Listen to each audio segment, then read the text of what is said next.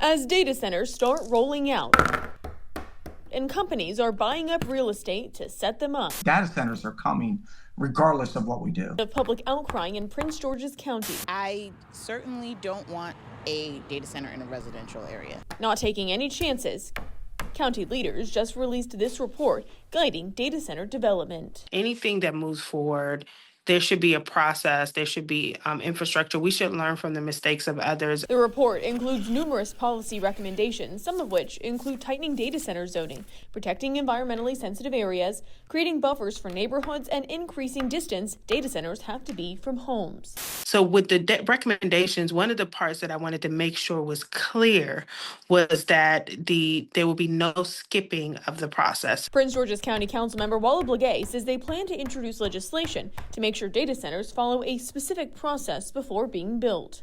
No data center will be fast-tracked so that the entire community is able to have input. And she also wants to make sure data centers do their part. One of the ones that I really wanted to push, and it wasn't quite clear in the recommendations, is actually having the data center bring their own generation. We do not want them to impact our own grid so that people don't have to pay more in bills for their electricity. This is just the latest county trying to figure out how to make it work, especially as Governor Wes Moore is making a statewide push for AI, data centers, and quantum computing. The future of economic prosperity is quantum. And that's why, in the state of Maryland, we are focused on becoming the global capital of quantum. But some Republicans, like Delegate Brian Chisholm, argue he's rolling the dice, critical that he's going full speed ahead.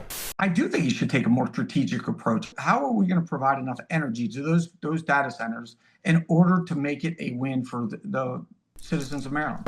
With an electric grid already being stretched. It seems like it's almost a bipartisan thing at this point, that everybody understands that we don't have enough supply. Which is why the Maryland Freedom Caucus and other lawmakers are also making a push, demanding data centers bring their own energy to the table. It's going to be the ratepayers, and the taxpayers need to be protected here.